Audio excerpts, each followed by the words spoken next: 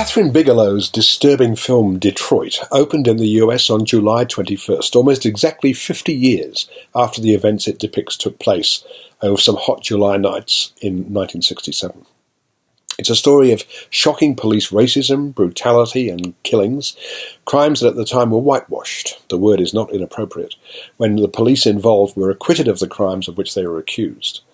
It's a gut-wrenching story, and after The Hurt Locker and Zero Dark 30, director Catherine Bigelow and her regular screenwriter Mark Boal seem the right creative talents to tell it, and for the most part they succeed. The film is divided into three sections. The first, following a brief overview of African American migration to the northern factory cities, shows how it all began. Detroit's white cops overact to a noisy celebratory party in which blacks are welcoming home one of their own who fought in Vietnam. The crackdown leads to name-calling, then to rioting, and eventually to burning and looting. The National Guard is called in. In Section 2, that unfolds a couple of days after the riots began, the Dramatics, an all-male singing group, is about to perform at a local theatre when the show is cancelled.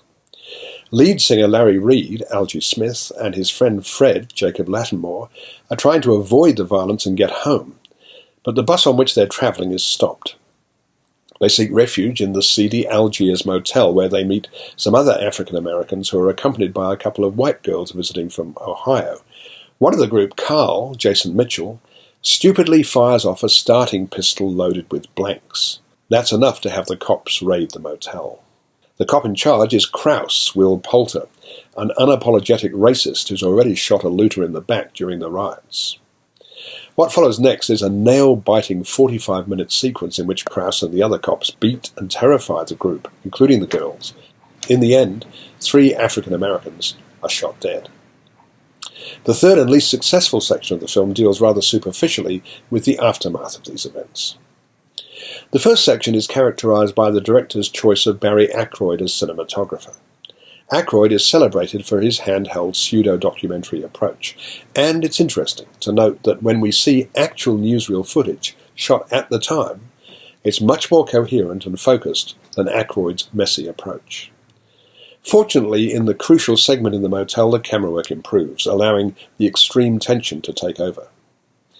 One of the key characters here is a black security guard, Melvin Dismukes, John Boyega, who is present for most of the time, tolerated by Krause and the other cops because he's in uniform and armed, but nevertheless clearly deeply troubled by what he's forced to witness. Hey fellas, Melvin Dismukes. I'm with United Security. I'm guarding that grocery store across the street. I come bearing gifts. Oh, thank you. That's nice boys. Hey, all things considered, this is pretty good. Thank you. I don't have my usual appliances. Oh, you got any sugar? Don't push it, man. The motel sequence is so fine that it's a shame that what follows is so perfunctory. It would surely have made compelling viewing to explore in more detail what happened to the characters in the aftermath of these events.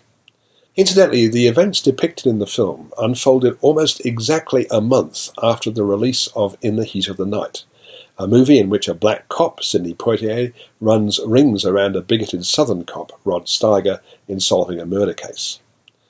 The film would have still been playing in Detroit when the riots took place.